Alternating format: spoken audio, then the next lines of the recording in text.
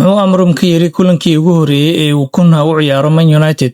Tababaraha Manchester United Ruben Amorim ayaa si kooban uga hadlay bandhigii uu shalay sameeyay Matheus Cunha kulankiisii ugu horeeyay ee uu safto kooxda kaas oo ay la ciyaareen Leeds United. Amorim ayaa yiri waxaan rabnaa inaan ogaado haddii uu fahmay booska uu ka ciyaarayo. Taas ayaa tan ugu muhiimsan waqtigan. Waa inaan si degdeg ah uga dhisnaa dhanka awoodda jireed. Wuxuu intaas ku daray sidoo kale waa inaan ogaadaa haddii ciyaartooydu ay fahmayaan dhaqdhaqaaqyada kooxda. Taasi waa muhiim. Amorim ma muujin rajo sare oo degdeg ah. Wuxuu yiri ma jirto filasho weyn, uma baahna inuu wax badan ka fikiro, kaliya shaqadiisa ha qabsado. Hadalkan ayaa muujinaya in Amorim uu doonayo inuu laacibkan si tartiib ah ula qabsado kooxda, isagoo doonaya inuu fahmo nidaamka ciyaarta iyo habdhaqanka kooxda ka hor inta aysan bilaaban cadaadis sare oo looga fadhiyo waxqabad muuqda.